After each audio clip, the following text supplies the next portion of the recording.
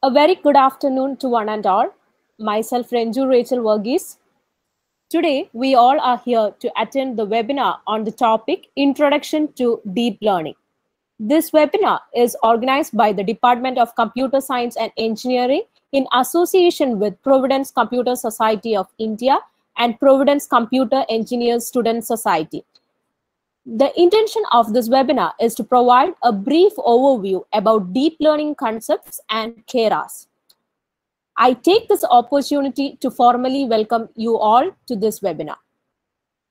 First, I would like to welcome our beloved principal, Dr. Santosh Simon Sir, who is continuously supporting all the programs and activities of the CSE department.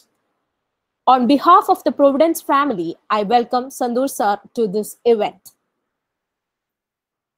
Next, I would like to welcome our resource person, Mr. Graham G., research scholar in Cochin University.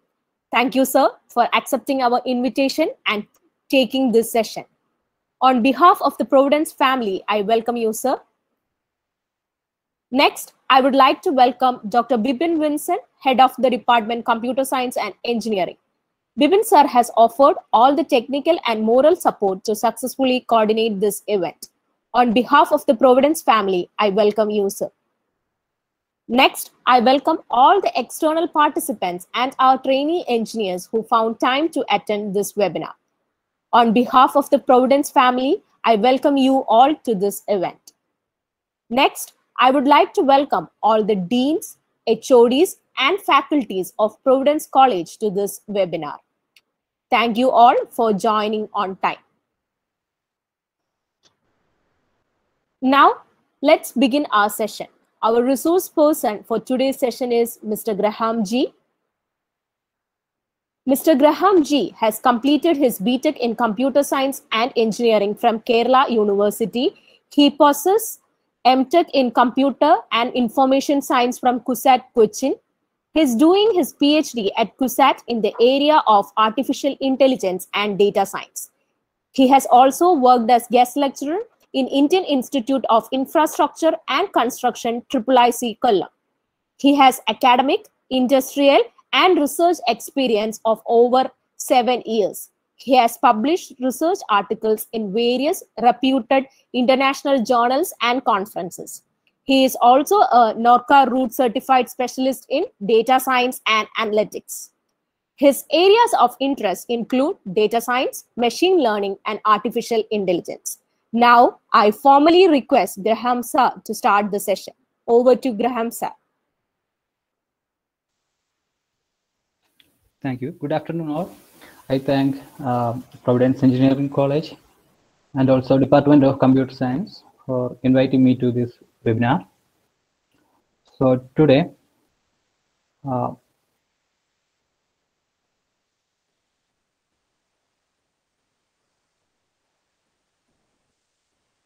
so can you see my screen? Not visible, sir.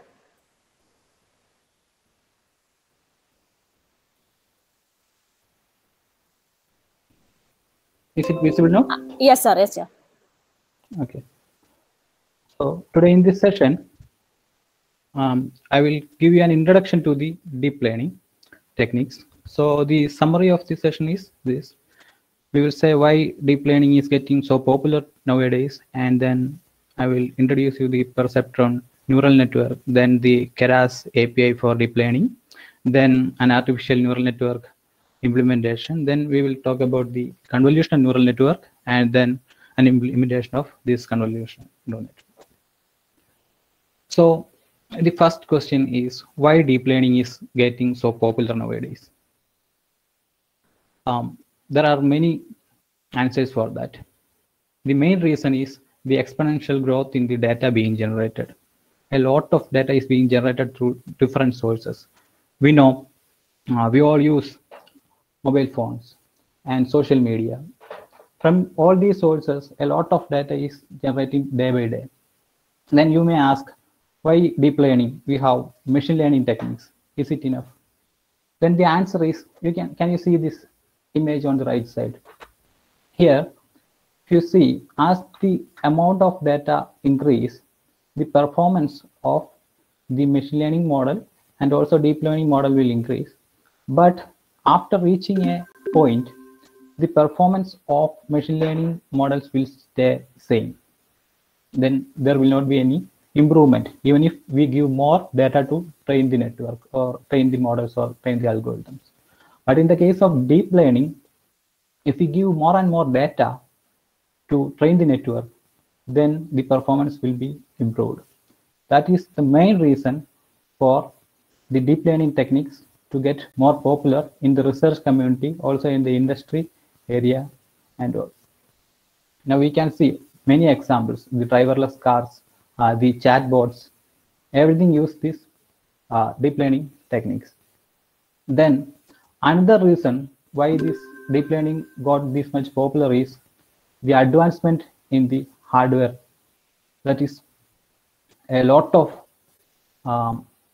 if you consider the laptops of nowadays, if we spend 50K, you will get a laptop with a good GPU, that is maybe NVIDIA GTX 1660. By using that GPU, we can run some image processing task. Like if we are having 1,000 image and we are training a network for the 100 or 1,000 epochs, then it can simply run that within half hour. So the GPUs got so much cheaper nowadays. And another reason is the cloud technology. Now we got Google Cloud and also Amazon Web Service getting so much popular. So if we need a high-end GPU machine, we can hire that by spending a small amount. Okay, even bigger and bigger GPUs are available by just giving per hour $2 or $3. We can hire that. So these hardwares, high-end hardwares, got accessible to all. That is why many researchers and also the industry persons use this deep learning techniques. And another thing is that the feature extraction. If you consider a machine learning problem, you know there will be many steps involved in that. Business case discovery, then you have to pre-process the data, then you have to model planning stages there, which model to consider or which algorithm to perform that. Then we will have feature extraction, then feature engineering step, then model building step. So many steps are there. Around 60% of the time is spent on these steps, this feature engineering and feature extraction process. Then we are giving these features to the algorithm and getting the result. So if we are using a deep network, this time can be saved, because in the deep learning network, the feature extraction step is already included there. We know the deep learning or artificial intelligence means they are mimicking the human behavior. So they got the capability almost same as that of our brain. So they can simply pick up that features. We don't have to explicitly give that features to them. So another thing is that it can solve so many complex problems like object detection or face detection. Like so many complex problems can be simply solved using deep learning network with a higher accuracy. So all these things are the reason for getting deep learning so much popular nowadays. And almost if you have to solve any problems, we can just give them to the deep learning networks so that we may get an average result at least. That is for sure. And if we then you may ask why this much techniques are there. Machine learning is there, deep learning is there, and so many networks are different types of networks are there. So which technology to use? So by this session, I think I can answer that. Which techniques or which networks when these are used. Okay, so we will start from the basics. That is the perceptron, a neural network, and an epoch of a neural network. As I said earlier, the basic thing or the fundamental thing of the deep networks are the neural networks, and the neural networks are built using many neurons. And if we see, all the technologies are based on our human's brain, and if we consider our human brain, there is billions of biological neurons present there. So our brain is a network of billions of these biological neurons. You can see the biological neuron here. So you have already studied these things in your school days. And these are these structures, that the dendrite, they are the receptors of the signals. Mostly we can say them are some electrical signals. So these dendrites receive electrical signals, and in the cell body there is a nucleus. The electrical signals are added together, and then in the nucleus, that is the part where the decision making is done.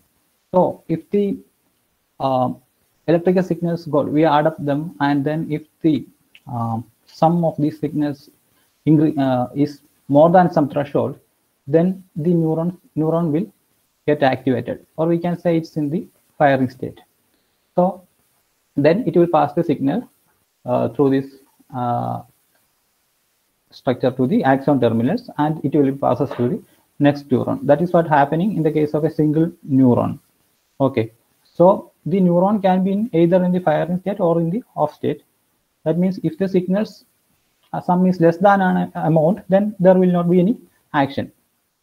Okay, so by mimicking, or we ourselves, we prepared one model, mathematical model, which is similar to this biological neuron. That is called as a perceptron. The perceptron mainly consists of 4 parts. Okay, there is an input layer, this input layer, then we got some weight associated with that, then we will take the sum of this, similar to the process which happened in the biological neuron. Then we will take an action whether if the weighted sum is more than some amount or some threshold value. Then based on that value, the neurons get activated. Okay, so this is the working of a perceptron. That is, we got some inputs, this x1, x2 up to xn, and then there are some associated weights, that w1, w2 up to wn. And this constant is a bias term used. This is to avoid the null values associated with that. So here we will take the weighted sum. That means this x1 into w1 plus x2 into w2 up to xn into wn, weighted sum of this input value and the weights. Then after that, we will pass this value through a activation function. Here it is a step function. So what is a step function or activation function? I will give you an example from the real life. That is, if you consider a TV remote, suppose we want to increase the volume, or we want to change the channel in the TV. So what we will do, we will press the button. Okay, by pressing the button, some electrical signals will be sent to the TV, and it will receive that, and either volume will be increased or the channel will be changed. So consider a situation when the battery of the remote is drained. That means even if we press the button, no signals will be sent to the TV and no action will be taken. The same situation here. If the battery is having a charge, then it will send the signal. So here also, if the weighted sum is exceeds some value, then the neuron will fire. Otherwise, there is no action. Hope you got the idea. Then why we need weights and bias? So basically these weights show the strength of a particular node, and the bias is used to shift the activation function or to avoid the null values. So this is the step function. So it can have values either 0 or 1 or -1 or 1, like that. So here, if the value is greater than 0, then it will output 1, or less than 0, then it's 0. So 2 steps are possible. Actually, for the single neuron itself, we can train that. That process is called. Otherwise, the neuron can learn itself. That learning process is there's an algorithm for that. That's called a perceptron convergence algorithm. So what happens is we will calculate the weighted sum and then pass the weighted sum through the activation function. Then we will get an output. So it's a supervised method. That is, we got our output value, actual output value, or we got our desired value with us, and then we will check whether the output by the perceptron is correct or not. Okay, so suppose the real output was 1 and the perceptron output is 1, then both are same, so the output is correct. Then we can, no changes is needed there. But if the real output was 1 and the perceptron incorrectly outputs 1, then we need to add the input vector to the weight. That means the real output was 1 and the output by the perceptron is 0. So we have to change the value from 0 to 1. That is what we do in the case of learning. So we have to get the value as 1. So for that, we will add the input vector to the weight vector. So if it incorrectly outputs 1 and the real output was 0, then what we do is we will subtract the input vector from the weight vector. So actually, we will adjust this weight. So by learning means we will adjust the weight to get the correct output value. So here also we can see that this is pixel 1, 2, 3, 4 are the inputs, and we got some weight associated with this. Then in here we will take the sum. That means we will 1 into this weight 0.25 and then 2 into this 0.25, like that we will calculate, and we will pass this through a step function. Then based on the output, we check whether it's correct or not. So it's a classification problem to check whether some pixel is bright or dark. Okay, so this is where to use this perceptron. Actually, we can use this perceptron in the case of linear data or linearly separable data. That means you can see this figure here. The data can be simply partitioned into 2 regions, or it is linearly separable. By using a linear line, we can separate this data. But we cannot apply this perceptron if the data points are mixed up together. Then we cannot use a single line, a straight line, to partition this data into 2. Okay. So we can make a multi-layer perceptron. That means we will add many perceptrons together to form a neural network. That is called as a multi-layer perceptron. Okay, these are called as neural networks also. By using so many perceptrons, we can build one neural network.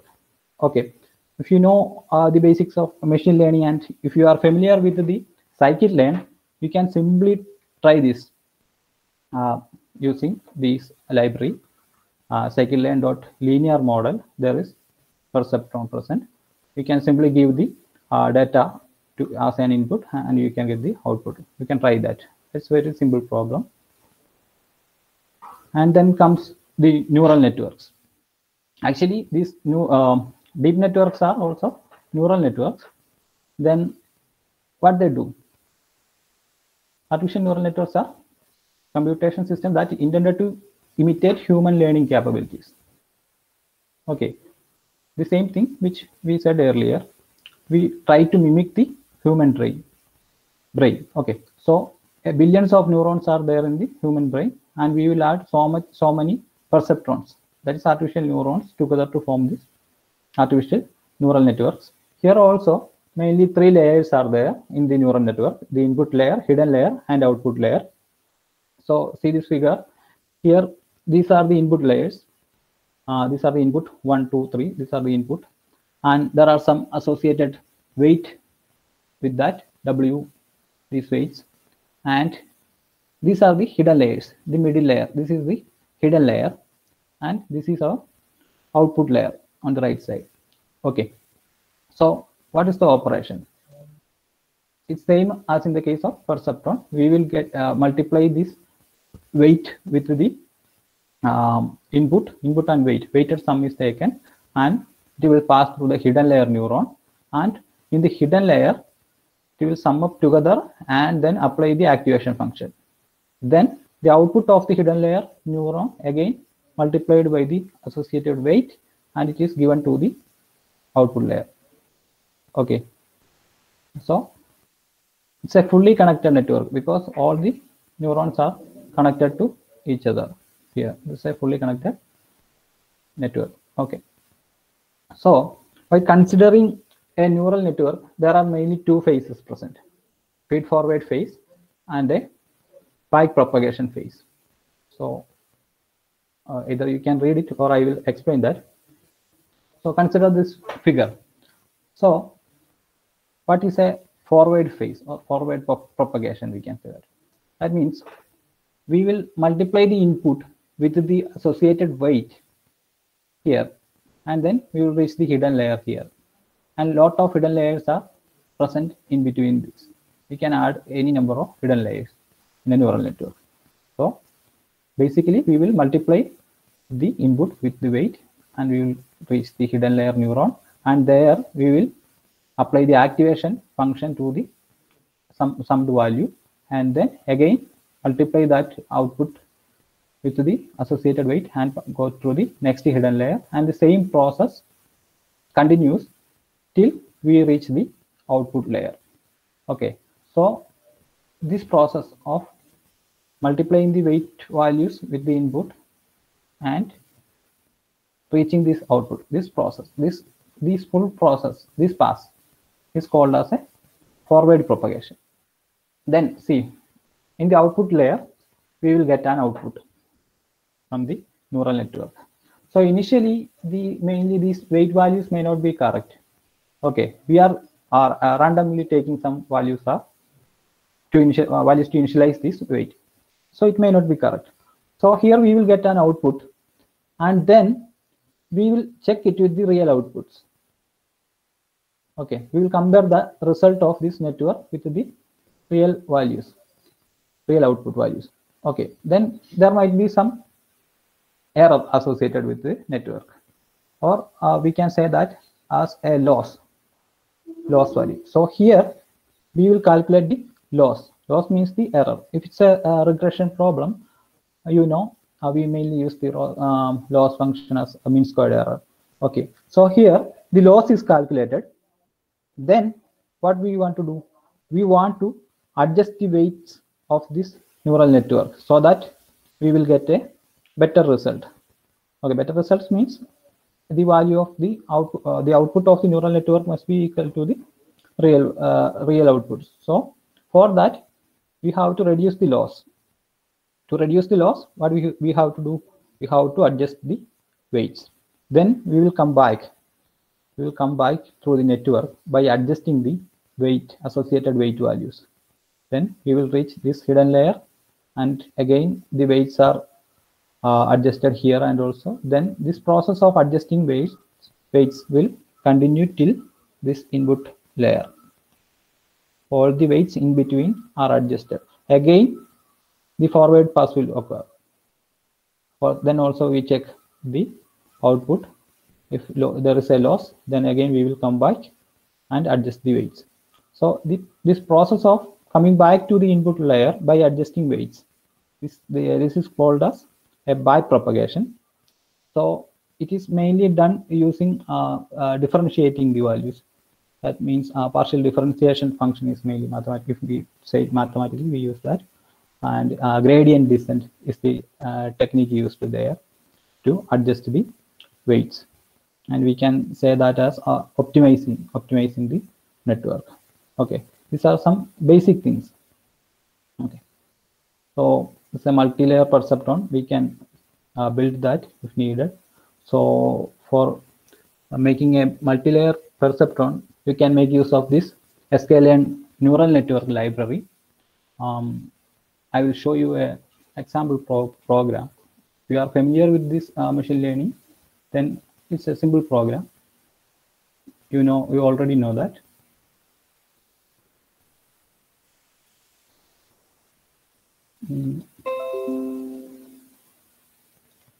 Okay. Can you see the screen? Yes, sir. Okay.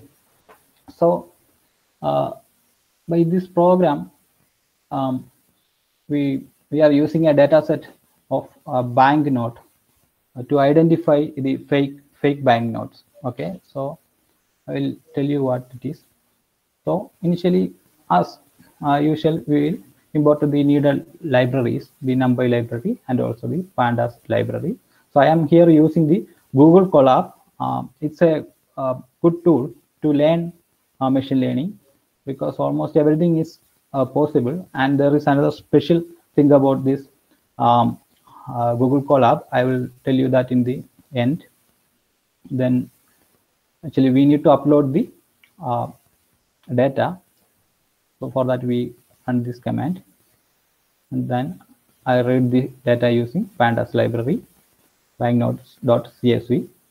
Then I took the data.head so that I can see the what are the features. So here you can see variance is there, skewness is there, kurtosis is there, then entropy is there. Actually, this data set is created by taking the image of a note, a bank note, and then taking the wavelet transform of the note. So we can find our aim is to find the fake notes.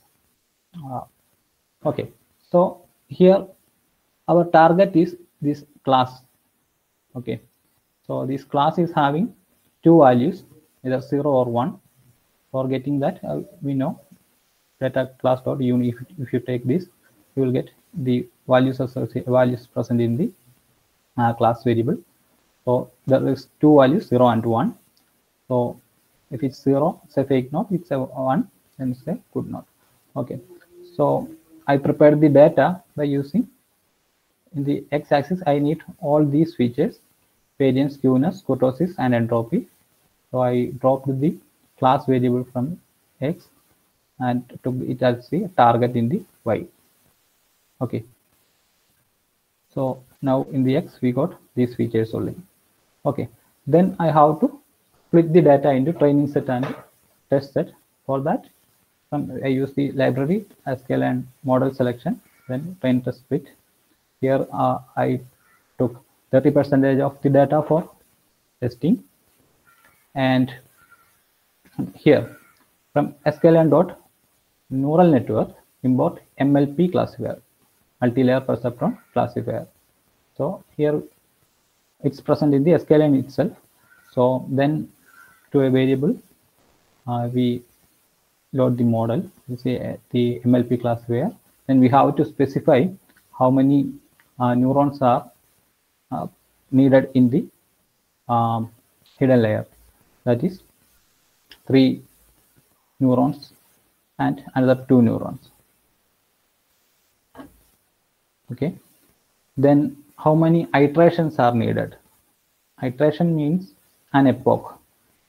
An epoch means one forward pass and a back propagation pass. One forward and back propagation. That means one epoch. So we need 100 epochs there. Then the activation function. It's a ReLU is the common activation function used in the neural network. Almost in every cases, there are other activation functions present, but mainly we make use of this ReLU function. And the output of the ReLU is the max value. Max value means if we got 2 inputs, 0 and 1, then 1 will be selected. Or if we have 2 and 4, then the max value 4 will be selected, like that. Then we will fit the data, the training data, X-train and Y-train, to the multi-layer perceptron, and we predicted it with the test data, and this is our classification report. So here we got limited time. That's why I'm not running this. Already I compiled and run this model. Okay, this is an example how to find or how to use the multi-layer perceptron.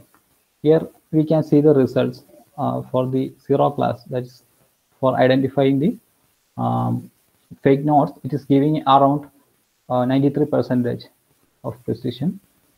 So it's almost good. If we increase the iteration values, here I gave it as 100. So if we give the iteration value as 1000, we may get a better result. So we have to give the correct values or the best values. For that, there is another technique called hyperparameter tuning techniques. If it is scikit-learn, you can make use of randomized CV, grid search CV, etc., so that we can find the best values for these parameters. Okay, so this is just an example, a simple example.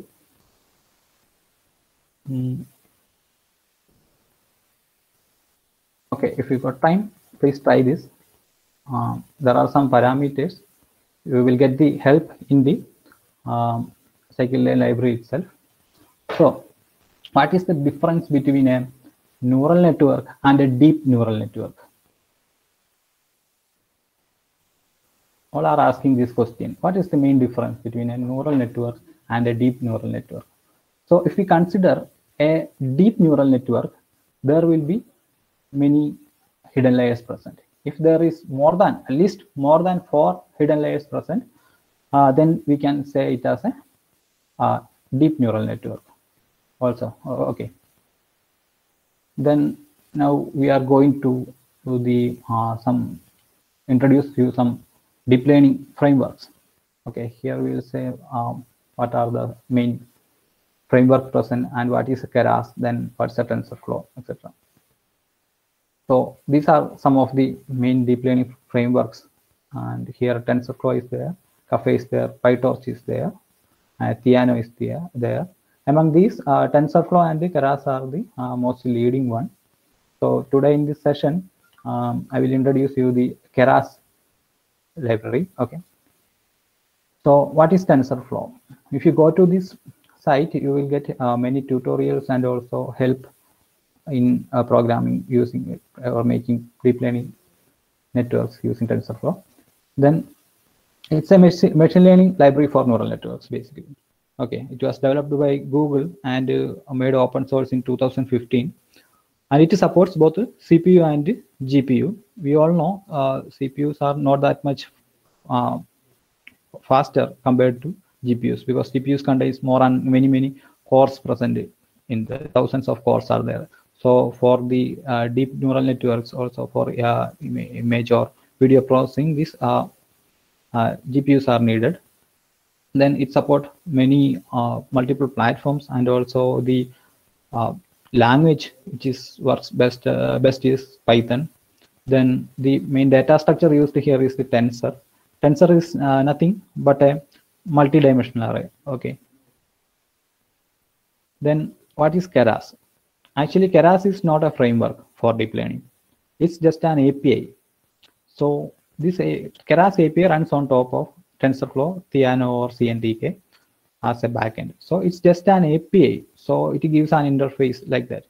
Interface for us to program easily. Okay. So all the Python versions are compatible with this Keras. Then it is more user-friendly than the TensorFlow and PyTorch. Then modularity is there. We can easily extend that. So mainly all the researchers and also the beginners in the deep learning technology use this Keras. So why Keras?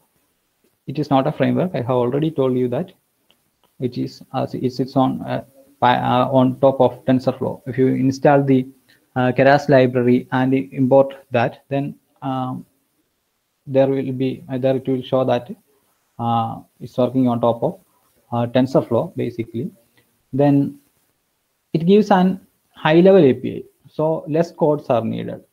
We can make one deep neural network by just 6 or 7 lines of code. We can make a neural network.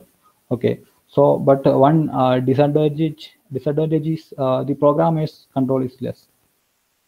So we can just call some functions, how to initialize the weights. That control is less in the case of Keras. But if you need industrial level code, then you can go for either PyTorch or TensorFlow. But for our basic purposes, the like making a prototype or some comparisons, we can make use of this Keras. For the learning process also, the Keras is better. Okay. So these are the advantage and the situation when you can to build the quick prototypes, you can make use of this Keras API. Then for the learning purpose, we can use this. And also one disadvantage is the training speed is very low for the Keras, and it is suitable for small data sets.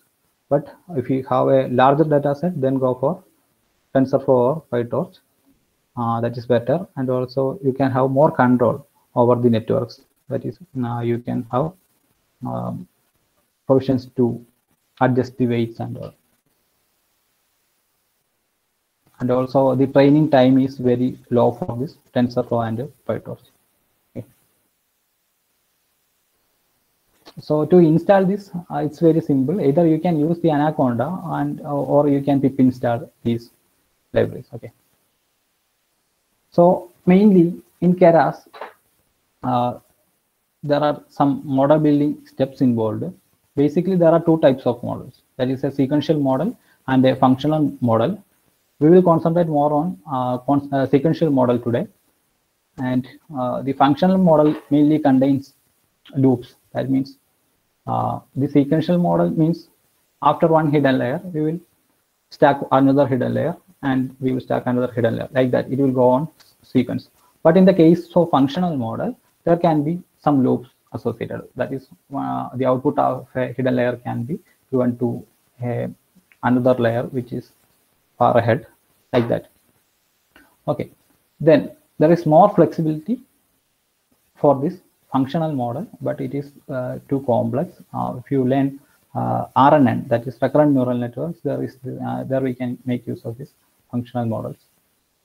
So these are the main sequential model building steps. So initially we have to specify or add the layers. That is how many number of layers are needed. Then which are the main types of layers. Then the layer characteristics have to be defined there. That is how many inputs are there. Then the type of connection there, that is dense or not. Then which activation function is to be used, like that. Then we have to compile the model. Then different optimizers are there, and also different loss functions can be used. You have to specify all of them. Then finally the evaluation, that is the metrics, that's how much finding the accuracy of the model. Okay, so I will show you an example neural network using this Keras.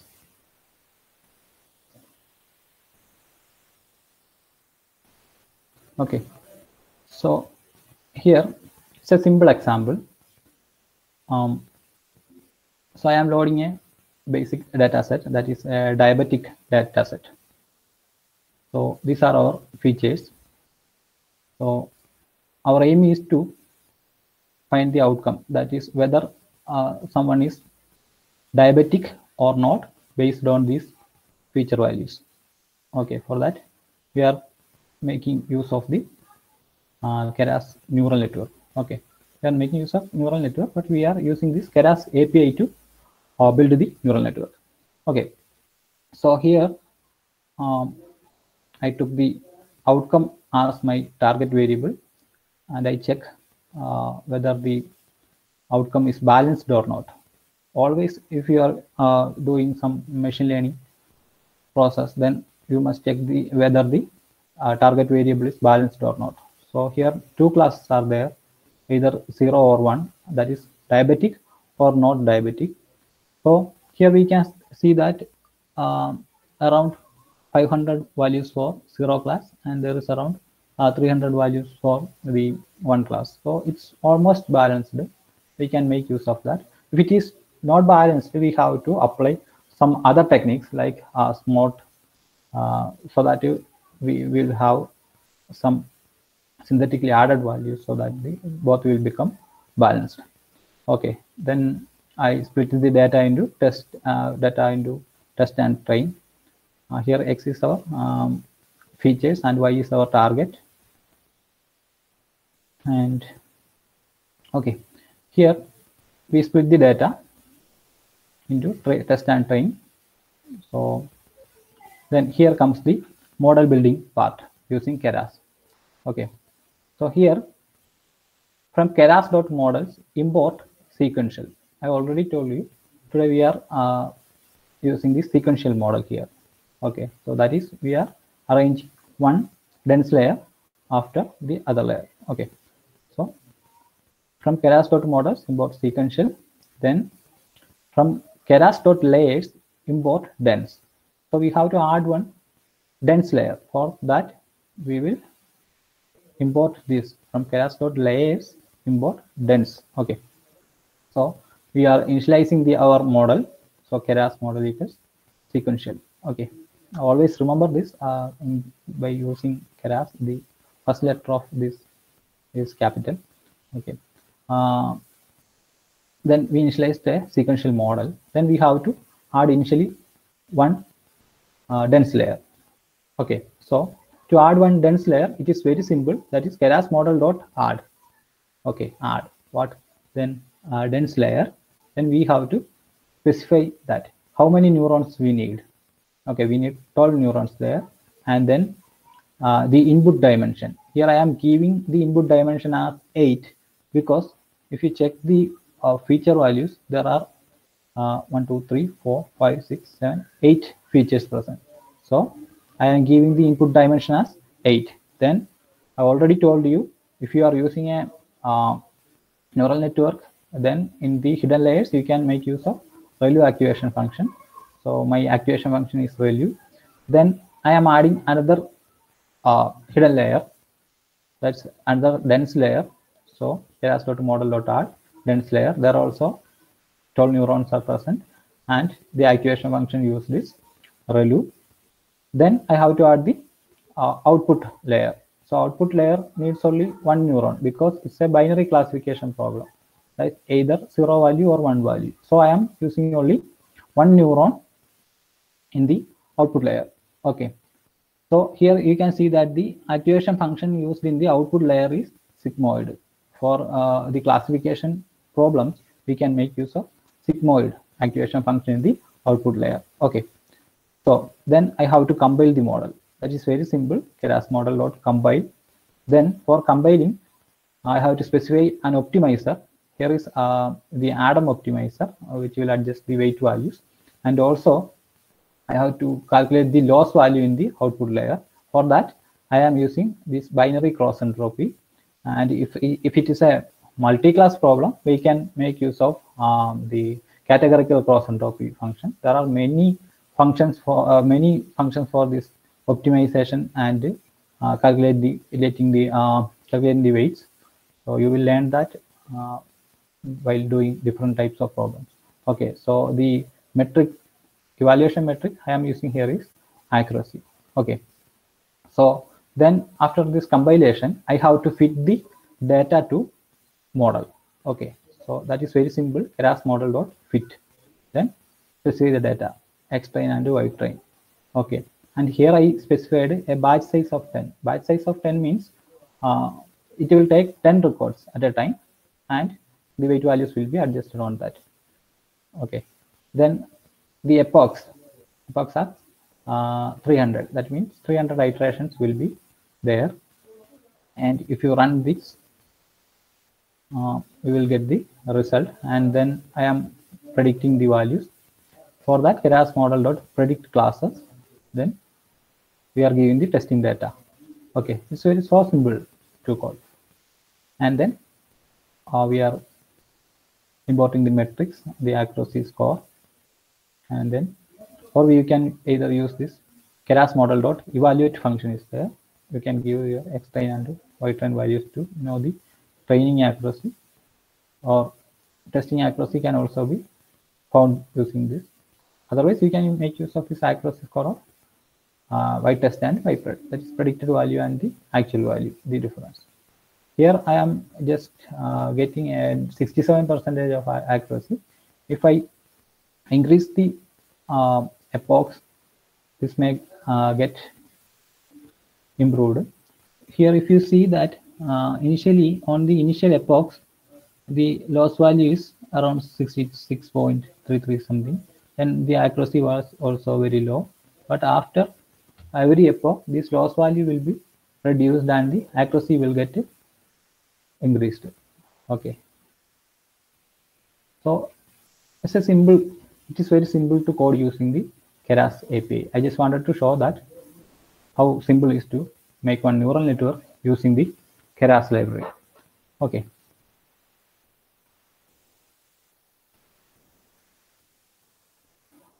So now the next topic is convolutional neural network. Okay. So there is another question. How to decide which is the suitable network for our problem? Okay, that's an important question. Okay, the answer is, if you are having a data set in the tabular form or table form, that is feature and values there, tabular form, then you can make use of either machine learning algorithms. Okay, then there you can also try the artificial neural network as we did now. Okay, for every problems where the machine learning algorithms is applicable, we can also perform it using the artificial neural network. Okay, and another case, if the input data is either image or video, then make use of convolution neural network. Okay, for the image or video data, this video data can also be viewed as an image, because we all know the video contains different frames. If we are taking an example, our current mobile phones, there is provisions to record video there, and we can adjust the resolution. That is, I think nowadays the mobile phones are capable of taking 4K videos in that, and we can adjust the frame per second. That is, for normally the mobile phone's camera support 1080 30 frames per second, and some phones support 4K videos with the 60 frames, up to 60 frames per second. If you consider the slow motion video, then there, I think there is around 960 frames per second is there. That means every frame is an image. Okay, so 960 frames per second, that is 960 images are created per second. So the image data or video data is very large. We all know how to represent an image. So mathematically, we can say the image is a set of pixels there. It's like a matrix of pixels. So it's a huge data. It's very difficult to process data, and so many complex operations can be performed on this image or video data. If you are interested, you can do your project on this field. Basically, there is computer vision libraries like OpenCV, which will help you to do this simply, and many things, many attractive things can be, or attractive problems can be solved using this. And mainly some complex things like face recognition, object detection, object classification, these are performed using this convolutional neural network. So as I said earlier, here also we are trying to mimic the human brain. Earlier we tried how our human brain works to solve the problems using neural network. Here in convolutional neural network, we are considering the human vision. That is how a human views an object. We all know, if I see a bike on the road, then the light from the bike will reach my retina and an image will be formed. So the vision, the process of vision happens in the visual cortex. We all know our human brain is divided into 4 parts, and there is cerebral cortex on the back side of our head, and there's another part called the visual cortex, where the vision is happened. So what really happens is, from our eyes, that is, our sensory organs will receive the signals, and from there it will pass through our brain. Our brain contains different neurons. So in the visual cortex also, there are different layers present. Okay, different layers are present in the visual cortex, like V1, V2, V3 up to V6. Some layers are there. So every layer performs different operations. Suppose if it's a bike, the V1 layer will find some edges from that. So, and the V4 may find the color of that, and the V3 may, or if it's not a bike, it's a cat or dog, then it can find some face edges in some layer, and in the next layer it can find the eyes, and like that. Each layer finds some features of that object. Okay, so after each layer, this will pass through different layers, and finally we will understand what it is, or the vision process is complete there.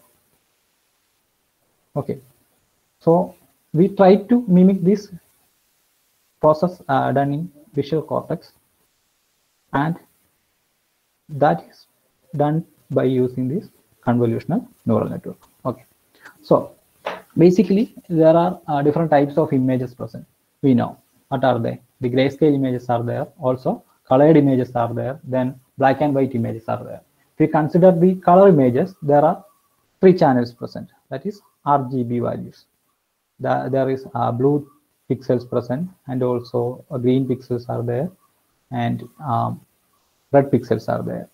So here you can see the pixel. If you consider 1 pixel, there is red pixel value, then green pixel value as 255, and the 0 as the blue pixel value. Okay, so basically while performing the image processing applications, we convert the images into grayscale. Okay, that's better for performing image, performing different operations on the images. Okay, now let's see what is a convolution operation in a convolution neural network. This is the important operation which is present in the convolution neural network, that is convolution. It is a very simple. As I said, the different layers in the visual cortex identify different features. Like that, we have to extract different features from the images. So here, for that purpose, we make use of a filter. Here in the middle, you can see a matrix, 3 by 3 matrix. So this is a filter. Okay, and this first 6 by 6, this is an image. If you consider this image, you can see that there are pixels with values 0 and pixels with values 1. Okay, so if you consider this 0 as white pixels and 1 as black pixels, there is an edge present between that. An edge means there's a sharp difference in the intensity values. Okay, so this is a white pixel and this is a black pixel, like in the case of a chessboard, black one and a white one. In between that, there is an edge present. So we have to find the edges, find whether there is an edge present in between these pixels. In the real case, the image may not contain the 0 and 1 values. It may contain pixel values ranging between 0 to 255. If it is a grayscale image. Okay, so here the filter I am using is this one, that is -1, -2, -1, 0, 0, 0, 1, 2, 1. So this filter is called Sobel edge detector. Okay, the 3 by 3 of size 3 by 3. Okay, how the convolution operation is done? See, it's very simple. I am placing this 3 by 3 filter over this image here on the left hand side. This 3 by on top of this 3 this 9 pixels. I am placing this filter. Then I have to multiply the values inside this. Okay, that is -1 into 0 plus then this 0 into this 0 plus 1 into this 0 plus then we come down and minus 2 into 0 plus 0 into 0 plus like that. Then the final value will be placed the output because all these values are 0. So the after applying this convolution just means multiplying the values in this filter with the values in the underlying pixels and adding them. Okay, then that will be placed in the first cell here. Okay, so this is basically convolution. Then we will take a stride of one step towards the right. Stride means we will move the filter right one cell. Okay, so next it will be here. Okay, so 0 0 1. On top of this I will place this pixel, and then again I will calculate. I will multiply the values of the filter with the underlying pixel values. Then you will get actually these only these cells are 1, so these values will be added together. So here if you calculate you will get it as -4, and then you will move this filter towards the end, that is the rightmost end, and then you will come down one stride. Okay, you will come one stride down, and then the values in these pixels will be calculated, and then finally after calculation you will get the result as this. So here is 0 values here and -4 here and 0 here. So if you apply a min-max scalar, that's used in the image processing, min-max scalar, you will get the minimum values. I will convert this minimum values as which is the minimum value here. So -4, it is less than 0, so that's the minimum value that will be converted to 0, and the max value, that is 0 will be converted to 255. So if you consider this image, we can see that between these pixels, 255 pixels, there is a 0 pixel present. That means that there's an edge present. Okay, by using this filter I can find whether an edge is present in an image or not. Okay, so this operation of applying a filter, okay, this operation of applying a filter on top of the image pixels are called this convolution operation. It is very simple. Just multiply the values with the underlying pixels and sum them.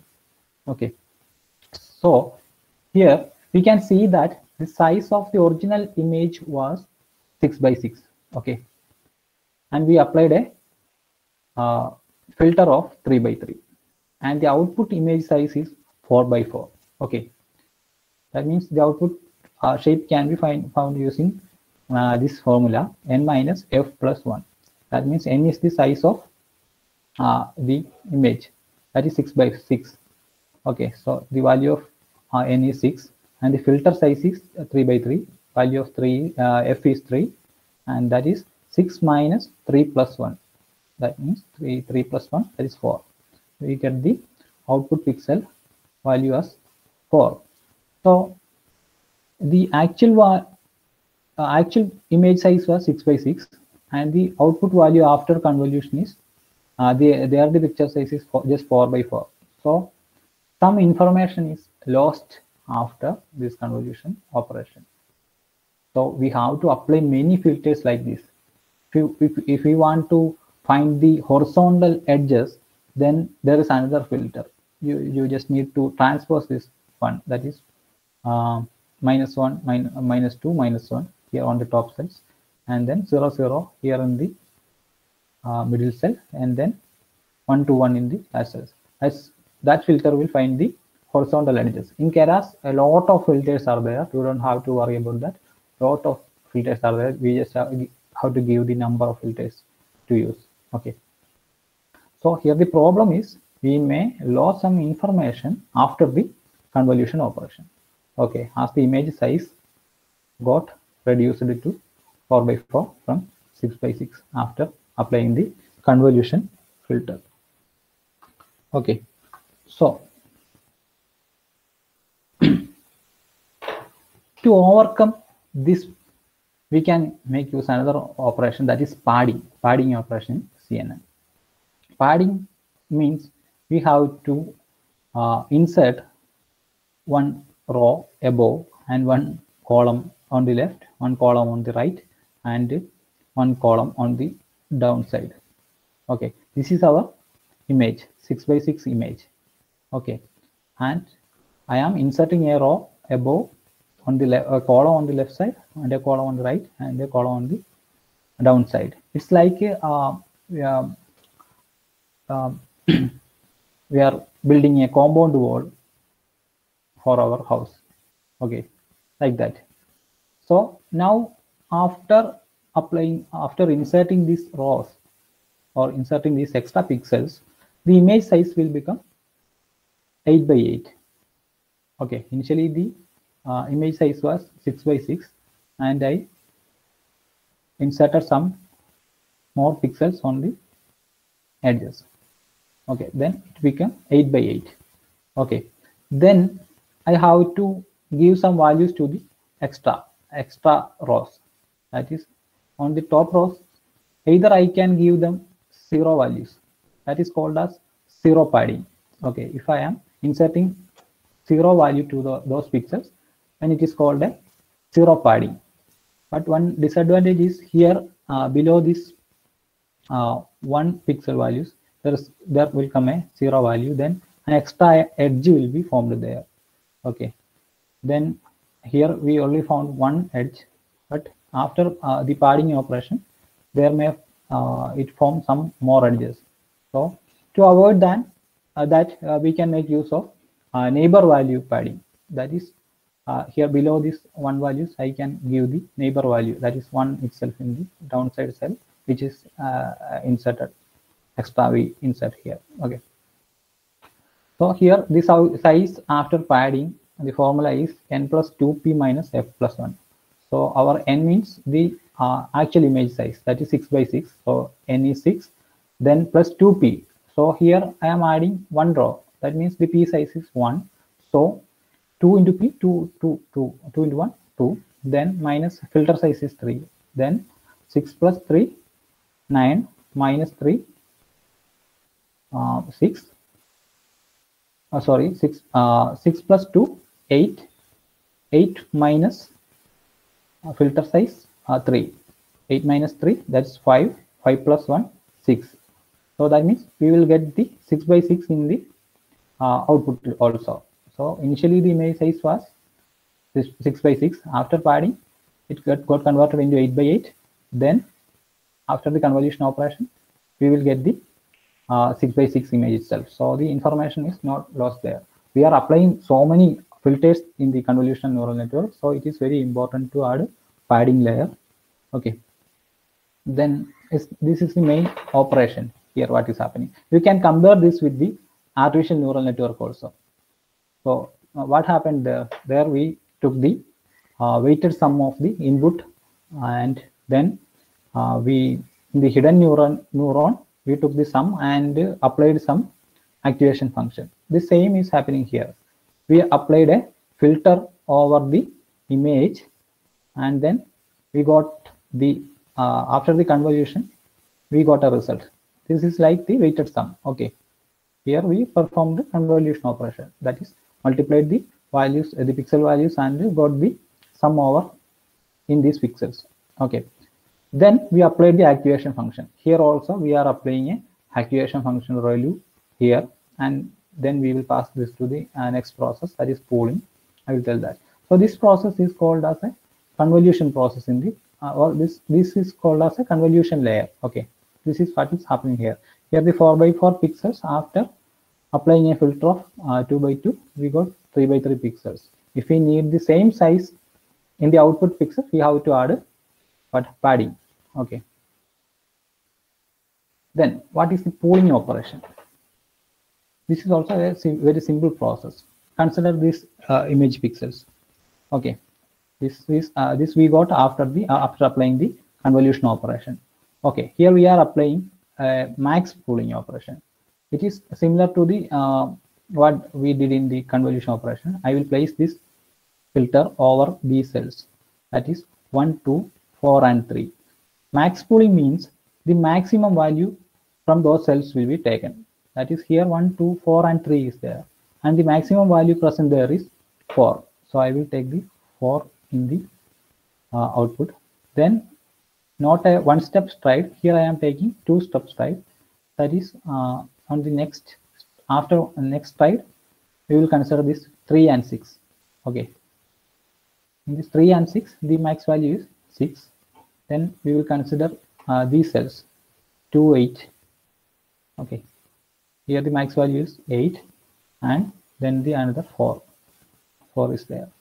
So max value, max pooling means we will take the maximum values from these pixels. Actually we do pooling to preserve one capability of our human vision, that is location invariant.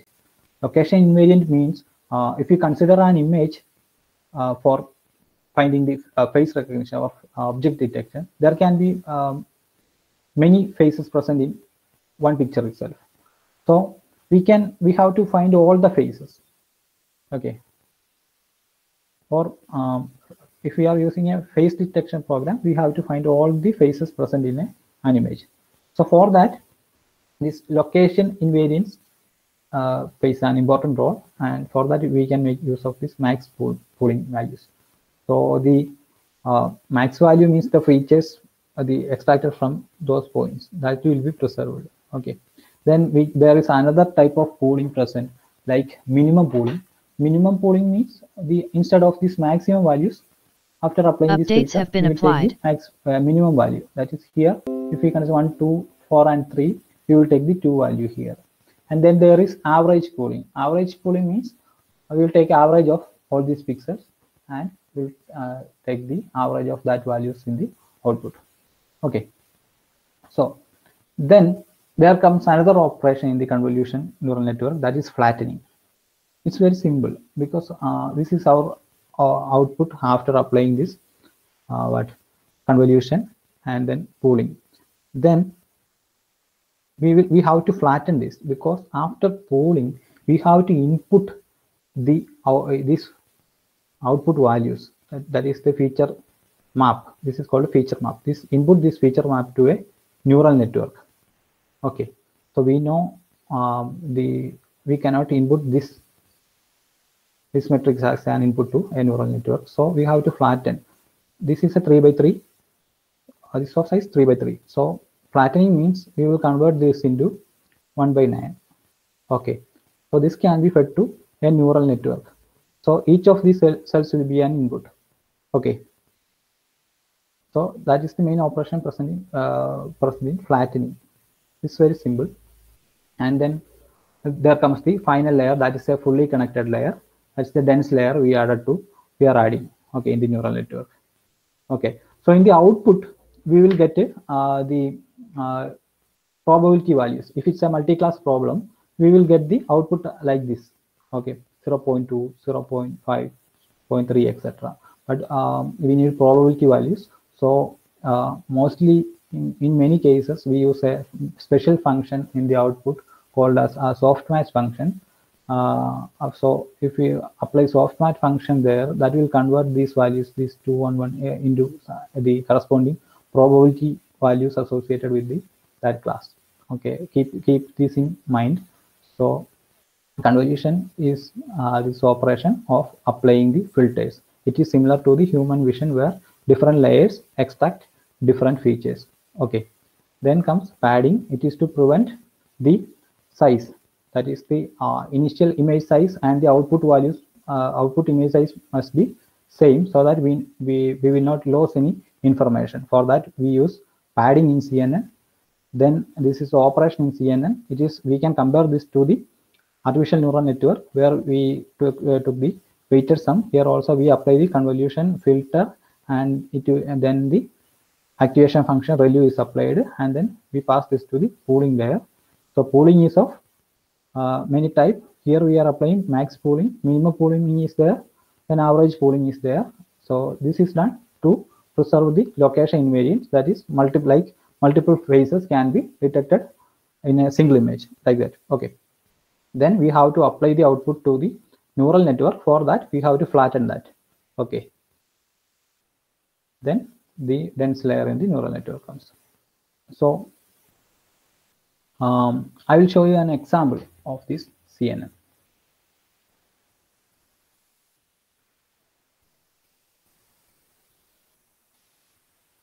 Okay, so here I took the MNIST database. This MNIST database basically contains handwritten numbers. That means 0, 1, 2, 3, etc. We all know if you consider these two values, different persons like 2 in different ways. This is a way of writing 2, and this also is another way of writing 2. So as a human, we can easily understand that it is 2, but the machines have to understand the handwritten characters. So how can we do that? I already told you, if the dataset is in the form of images, you can make use of convolutional neural networks to solve such problems. So here I am going to classify the handwritten numbers into different classes. Okay. So here the dataset, MNIST dataset is present in Keras library itself. So you can import that using this command from keras.datasets import MNIST. Okay. Then I have to split that into test and train test. Okay. Then the size of the dataset is the train dataset size is 60,000 images are present there, and then there is 28 into 28. That means 28 pixel the height and width. 28 pixel width and 28 pixel height is there. Okay. So I will show you a single image in the dataset. I took the X-Trains 0th image. Okay, it has got around 60,000 image. I took the 0th image. So it is like this in a matrix form, and you can see that the values of each pixel ranges between 0 to around 255. Okay, values of each pixel ranges between 0 to 255 for a single pixel. So that is the format, and the single image's shape is 28 into 28 here. Okay, so to show that image in computer vision and also in image processing, we use this imshow command. Okay, imshow single image. So here I wrote CMAP equals gray. That means if it's a colored image, we must, I already told you, we are while doing image processing, we mainly consider the grayscale images, or we will convert the images into grayscale and process that, as there is only single channel present in grayscale image. The values are ranging between 0 to 255 there. Okay, so this is the image. So I think it's a 5. Let's see what it is.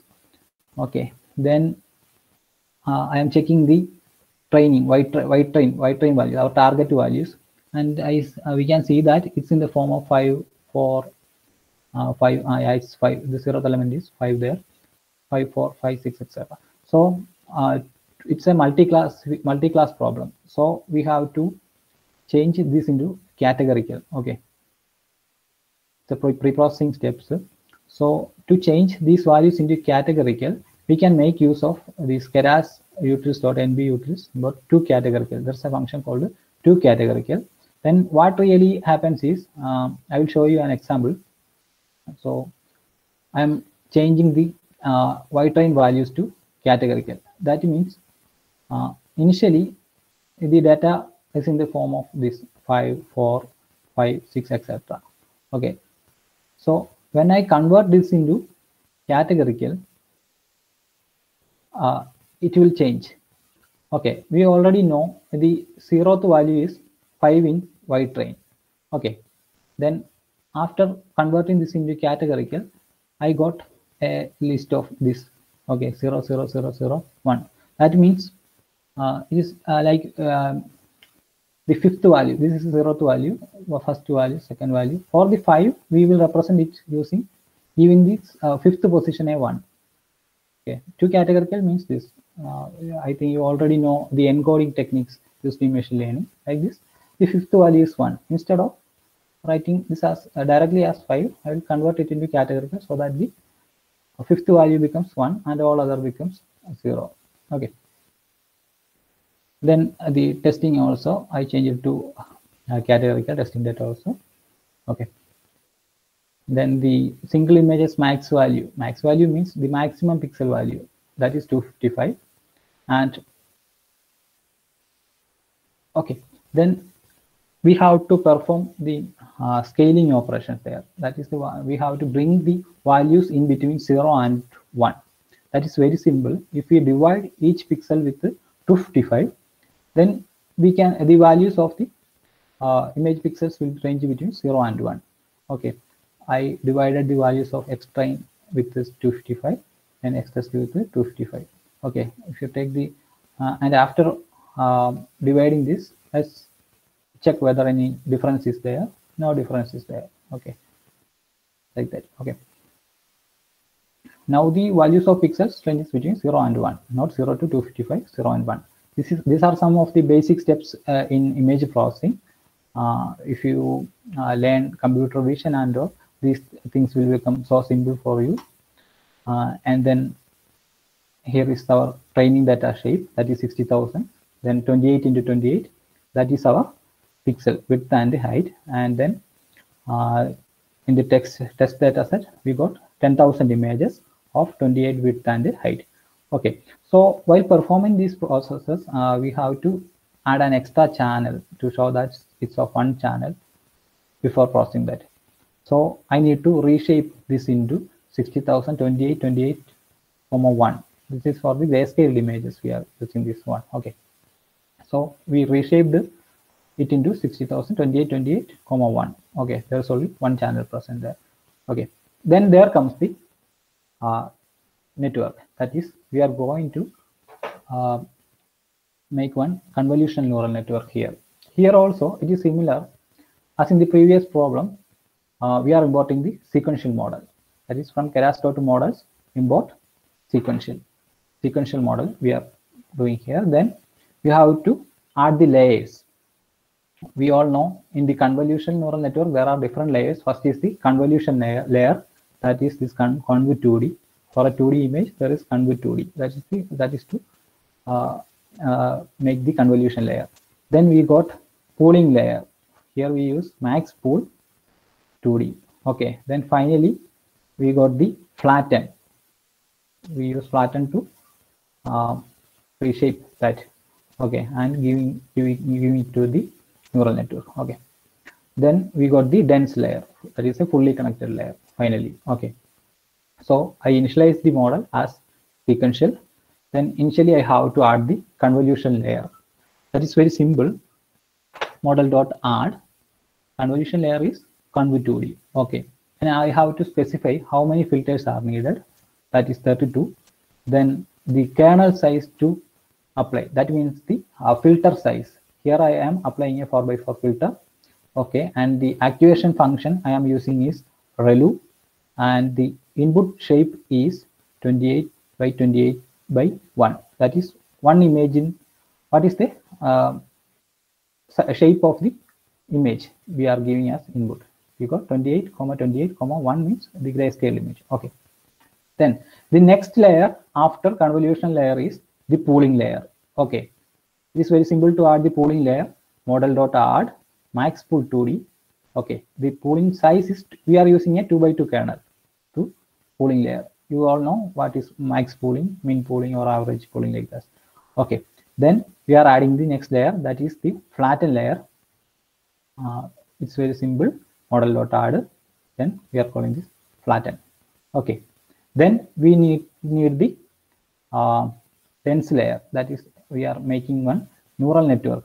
That is, after flattening, we are giving that feature map to the neural network. For that, I am adding one dense layer. Model.add dense layer. So I am adding 128 neurons there, and the activation function using is ReLU. So finally, the last layer, as it is a classification problem, I need to, there are 0 to 9, okay, number 0, 1, 2, 3, 4, 5, up to 9 classes there, okay. So for that, I am making a dense layer with 10 neurons there, okay. Then the activation function is softmax. For performing classification tasks, we have to add the softmax activation function in the output layer, okay. So we build the different layers, that is convolution neural network is built, and we are compiling that, okay. While compiling, we have to specify which are the optimizers used. Optimizers are used to adjust the weights in the artificial neural network. In the case of convolutional neural network, these optimizers will adjust the values in the filters, okay. The filter values are adjusted in the case of convolution neural network. In the case of artificial neural network, the weight values are adjusted. Both are same in operation, okay. You can compare that, okay. As a loss function, I am using categorical cross entropy here. As it's a categorical problem, I am using the categorical cross entropy function as a loss function. Loss function is used to find the difference between the actual value and the output value, okay. Then the metrics to evaluate the model is accuracy, okay.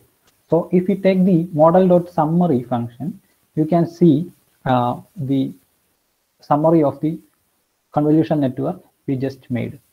So we can see in the Con2D layer, the output shape is like this, 2525 by 32. And then the Max2D layer, the shape is like this, like that. So we have added a convolution layer, then a max pooling layer, then a flattened layer, a dense layer, an output layer, etc. So this is a simple network.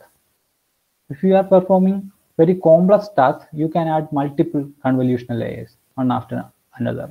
You can add multiple pooling layers, okay. Many more filters can be added to that. Many dense layers can be added to that.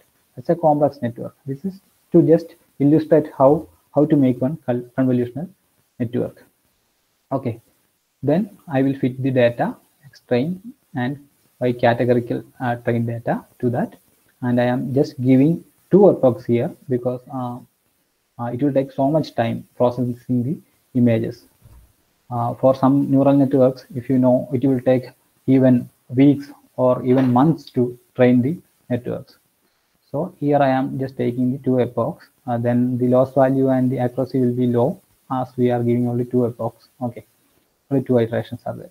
So I am taking the classification report, and then the values are predicted for the testing data, and the predicted value for our network, we are getting around an accuracy of,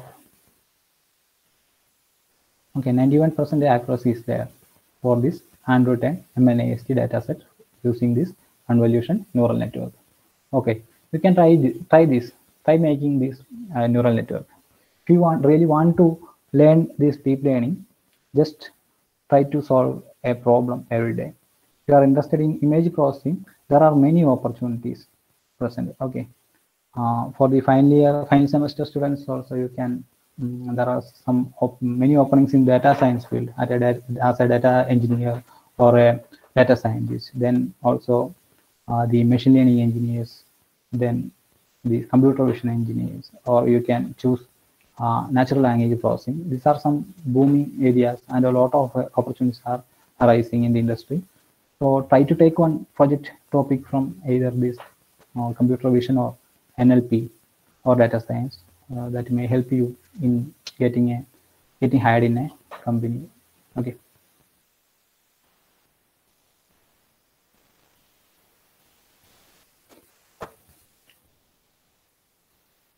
So what are the limitations of these deep neural networks? So massive volume of data is required to train. That is, the training time will be more and more. I have already told you, for some complex problems, it may take weeks to run one. It will take, say, a day for an iteration itself. That much complex it is. and the computational power required. We cannot use an ordinary laptop for performing this deep neural networks, because it will take weeks itself. So the training timings are large. For the learning purpose, I have already told you this Google Colab is a good tool, because here we can see, if you take this runtime option, and there is an option to change runtime type. Okay, so here there is hardware accelerator. That is, you can choose one GPU for free in the Google Colab. If you take the specification, that's at NVIDIA Tesla T-Force GPU. That's a very good for our learning purpose, and also for our projects and all. We can make use of this Google GPU for free in the Google Colab. That's why I told you it's a good tool to learn this deep learning. Okay. Otherwise, you can, if you are having a GPU in your laptop or machine, you can make use of the Anaconda Jupyter Notebook and all. Okay. So these are the main limitations of the deep learning networks. And where to study? I suggest you to use Kaggle for this, because a lot of kernels are there. Many problems are being solved there. So try to solve at least one problem a day. The help is there. And even the online, there are many courses present for deep learning. The main thing is you must be good in finding the mathematical intuitions. Then only you can you will get a better result. If you take Kaggle, there are some micro courses present. You can simply complete this in hours. Just 2 or 3 hours is required to complete one of these courses. Okay, so Kaggle is a good place to study machine learning or deep learning or data science, anything. Okay.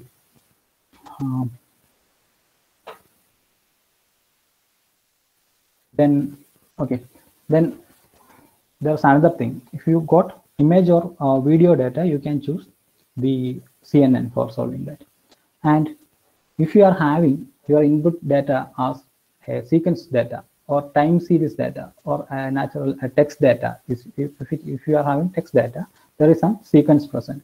For that cases, you can make use of recurrent neural networks. That's a functional type of model.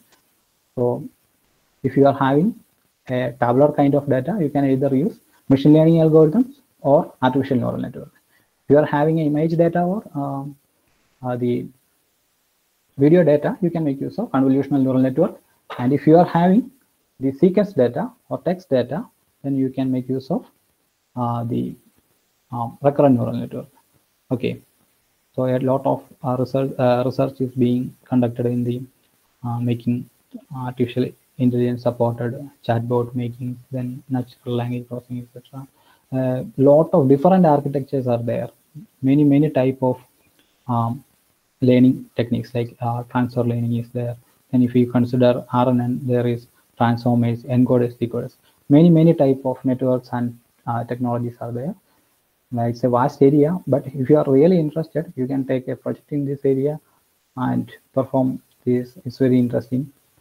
Okay, so this is COVID time, I know. So be safe, be healthy, and be happy. So I'm stopping here. Thank you so much for more.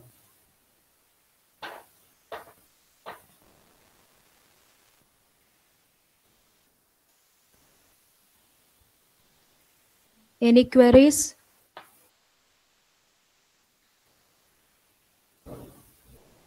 Dear participants, if you have any queries, you can ask now.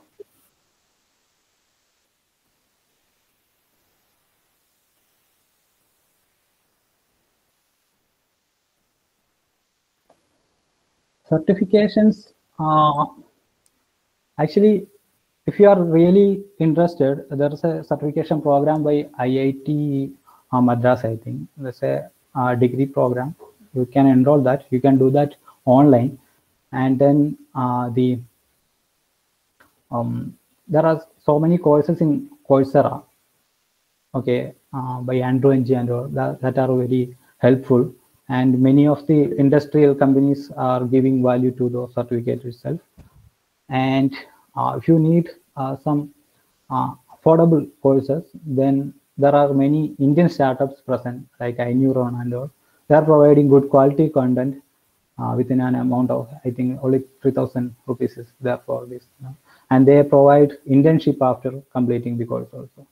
So you can try many of those, but there is nothing special in this certification. Just know the content and try practicing. That's only needed. You can, if you perform this for 100 days, then I'm sure you will get hired to a company, because that much knowledge you will get by solving at least one problem a day.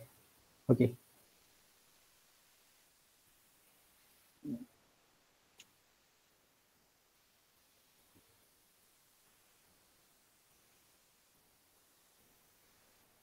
Any more queries?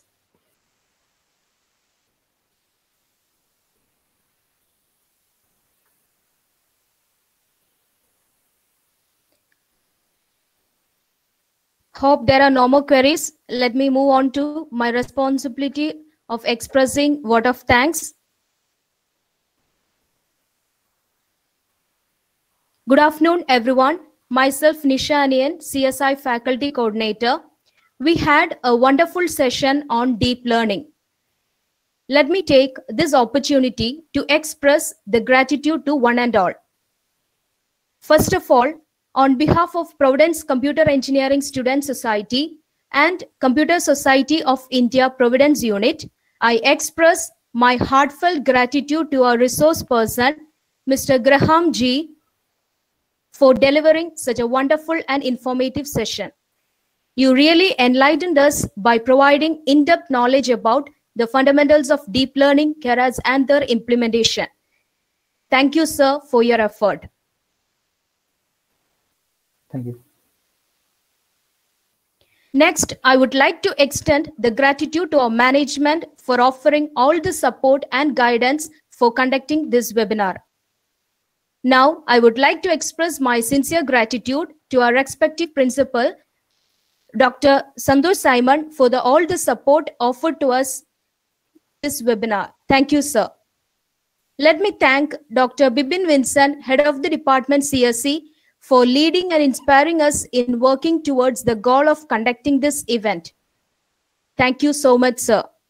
I appreciate external participants and our trainee engineers for your cooperation, and our deans, HODs, and faculties for the assistance offered to us in successfully organizing this event. I extend my gratitude to Ms. Ranju Rachel Verghese, the organizer of this event, who has given her heart and soul to make this event a reality. Thank you for your effort. Last but not the least, let me take a moment to thank God Almighty for making everything favorable and for helping us in making this happen. And that marks the end of the session. Once again, thanks to all.